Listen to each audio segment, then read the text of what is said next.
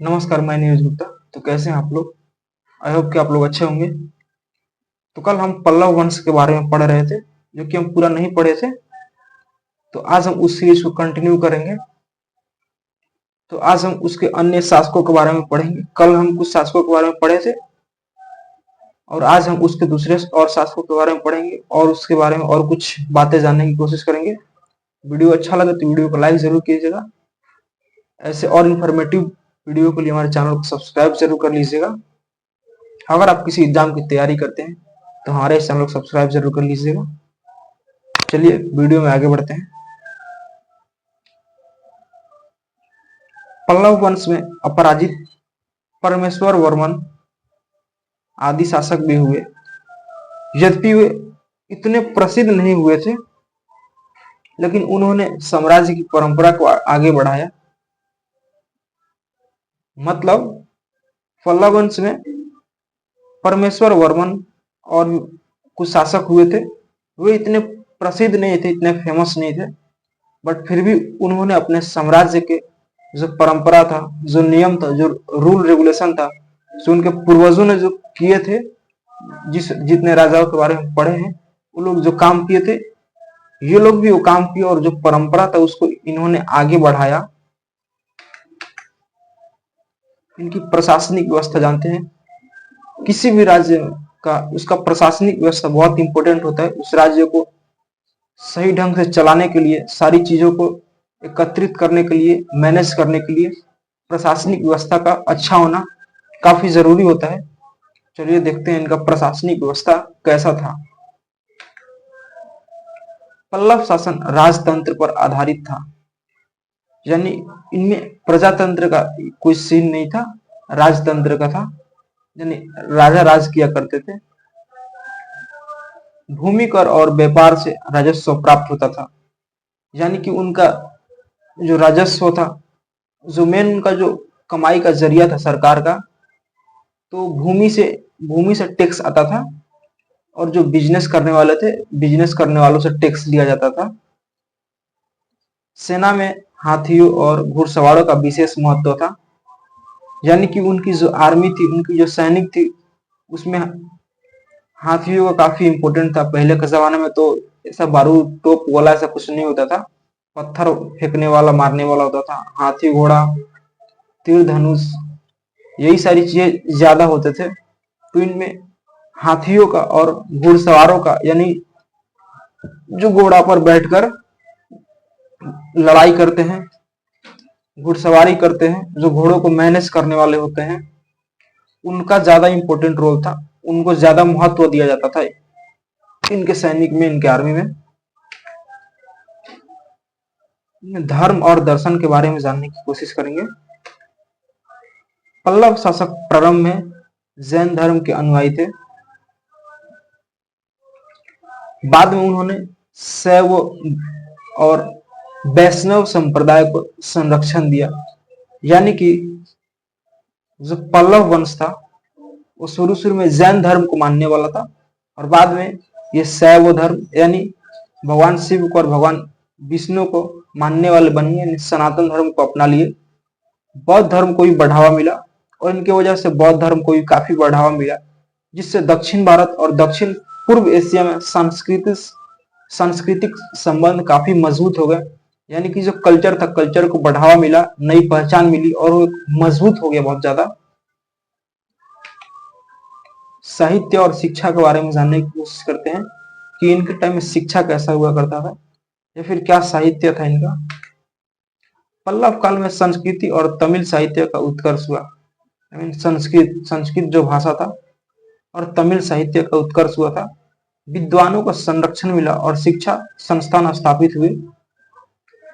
यानी कि पल्लव वंश के समय जो संस्कृत भाषा था और तमिल भाषा था, इनमें जो साहित्य लिखा जाता था, इसको काफी बढ़ावा मिला, मजबूती दिया गया, इसको एक नई ऊंचाई दिया गया। और जो विद्वान हुआ करते थे, काफी पढ़े लिखे लोग हुआ करते थे, ज्ञानी लोग, उन्हें संरक्षण दिया गया और शिक्षा का संस्थान स्थापित किया गया। यानी स्कूल कॉलेज जो भी है, पढ़ाने का जो जगह है, उसको बनवाया गया इन लोगों के द्वारा।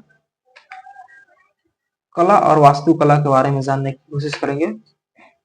पल्लव वंश ने महाबलीपुरम के रथ मंदिर और सौर मंदिर का निर्माण करवाया। जी हाँ, महाबलीपुरम में रथ मंदिर है जो कि काफी फेमस है, और सौर मंदिर का भी निर्माण करवाया। रॉक कट वास्तुकला और शिल्प कला में इनका योगदान बहुत ज्यादा था, काफी इंपोर्टेंट इनका योगदान था। मूर्ति और चित्रकला के बारे में जानेंगे हम लोग। मंदिरों की मूर्तियों में धार्मिक और सामाजिक जीवन का सुंदर सुंदर चित्रण मिलता है। यानी कि जो उस टाइम का जो सामाजिक जीवन था, धार्मिक जीवन था, उस मूर्तियों के द्वारा आज के लोग इस चीज को समझ पाते हैं। उस मूर्ति को देख करके अंदाजा लगाते हैं कि हाँ, उस टाइम का सामाजिक जीवन कैसा हुआ था, कैसा हुआ करता था, लोग कैसे अपना जीवन व्यस्त करते थे, कैसे रहते थे, या फिर जो उनका सांस्कृतिक चीजें था वो भी पता चलता है। देवताओं की मूर्तियों अनंत कलात्मक और जीवंत है।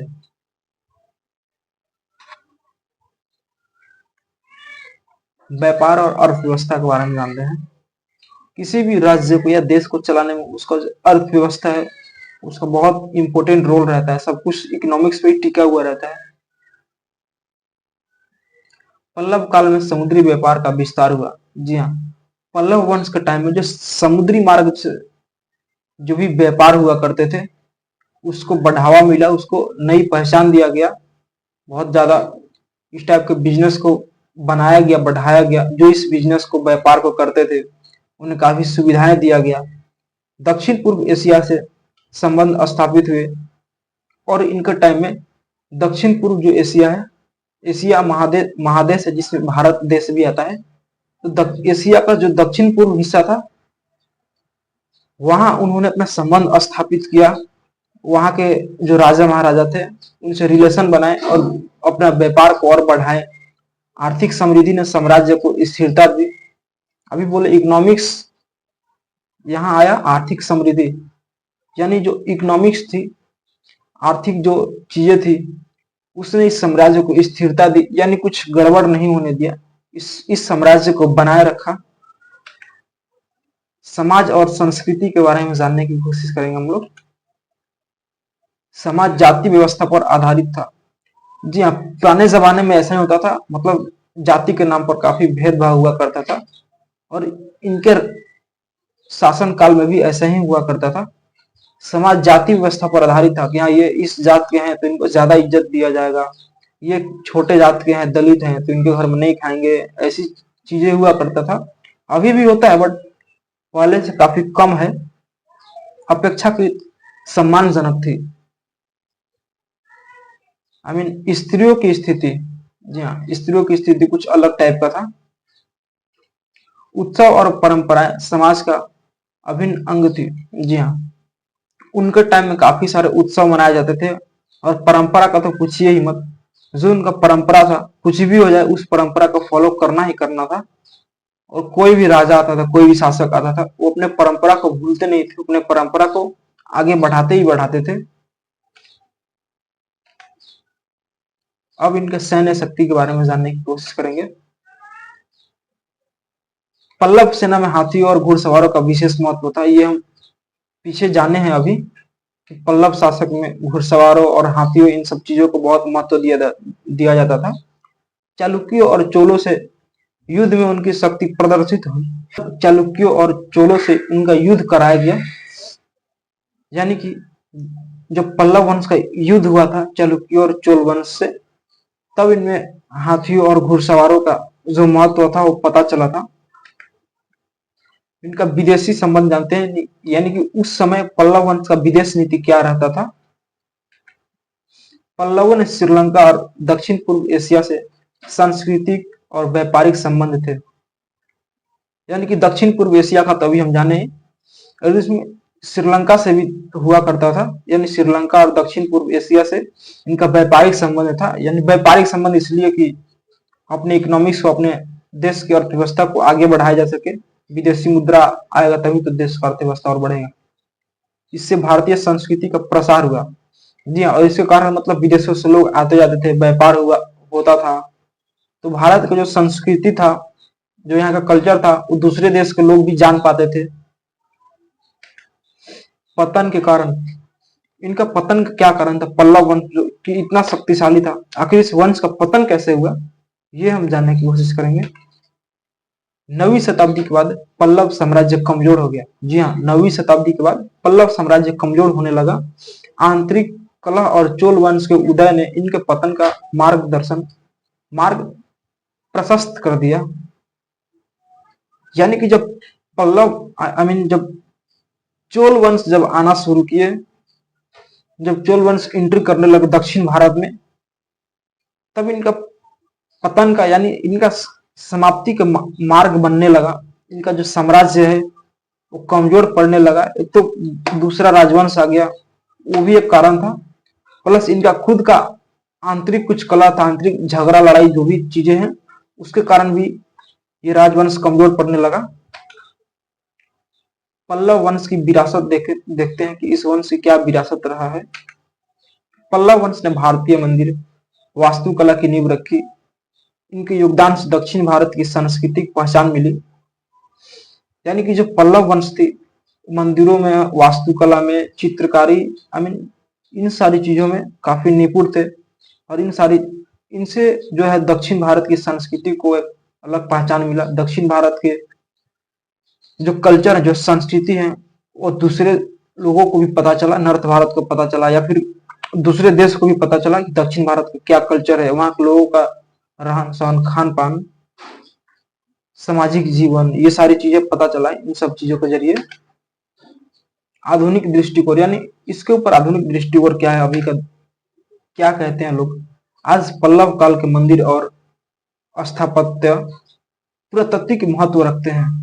जी हाँ, पुरातत्व यानी कि वो पुरातत्व जो खुदाई उदाई करते हैं, खुदाई करके हिस्ट्री का पता लगाते हैं कि पीछे क्या हुआ था।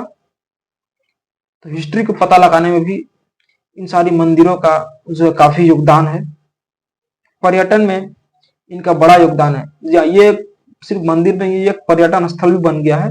दूर दूर से पर्यटक आते हैं, भारत के अन्य जगहों से लोग वहां जाते हैं, विदेशों से लोग आते हैं उस चीज को देखने के लिए, वहां घूमने के लिए, पूजा वगैरह करने के लिए। इतिहासकार इन्हें भारतीय संस्कृति के स्वर्ण युग मानते हैं। मतलब इतिहासकार जो है इस युग को भारतीय संस्कृति में बहुत महत्व दिया जाता है, यानी सोने का युग मानते हैं इस युग को। भारतीय जो इतिहासकार थे, जो इतिहास लिखते हैं, मतलब इसी टाइम भारतीय संस्कृति को एक पहचान मिला, कहने का मतलब यही है। निष्कर्ष क्या है भी जान ही लेते हैं। पल्लव वंश ने भारतीय इतिहास में अमूल्य योगदान दिया। जी हाँ, पल्लव वंश का भारतीय साम्राज्य भारतीय इतिहास में काफी ज्यादा महत्व रहा है। भारतीय इतिहास को आगे बढ़ाने के लिए, भारतीय संस्कृति को आगे बढ़ाने के लिए इनका बहुत योगदान रहा है। जैसे कला, साहित्य, धर्म, संस्कृति, इन सारी चीजों में इनका बहुत योगदान रहा है। और ये जो कला में, धर्म में, संस्कृति में और भी चीजों में जो अपना काम किए हैं, वो अपना छाप छोड़कर गए हैं। आज भी सारी चीजें हैं, और इन सारी चीजों से ही पता चल जाता है कि हाँ, वो वंश कितना शक्तिशाली था, या फिर कितना निपुण था देश को आगे बढ़ाने में, देश की संस्कृति को आगे बढ़ाने में उनका कितना महत्व है। तो आज के लिए बस इतना ही। वीडियो कैसा लगा हमें कमेंट में जरूर बताइएगा। तो यहाँ पल्लव वंश को हम पढ़ चुके हैं, इसके आगे हम दूसरी वंश के बारे में पढ़ाई करेंगे। और इन सब वंशों का पढ़ाई करने के बाद इनसे रिलेटेड जो क्वेश्चन आंसर है उसको भी हम डिस्कशन करेंगे, क्वेश्चन लाएंगे, उसका आंसर लाएंगे MCQ फॉर्म में, और देखेंगे कि इससे क्या क्वेश्चन बनता है। जो एग्जाम के लिए जो इंपोर्टेंट क्वेश्चन है उसको भी लाएंगे। वीडियो अच्छा लगा तो वीडियो को लाइक जरूर कीजिएगा। ऐसे और इन्फॉर्मेटिव वीडियो के लिए हमारे चैनल को सब्सक्राइब जरूर कर दीजिएगा। मिलते हैं नेक्स्ट वीडियो में, तब तक के लिए बाय।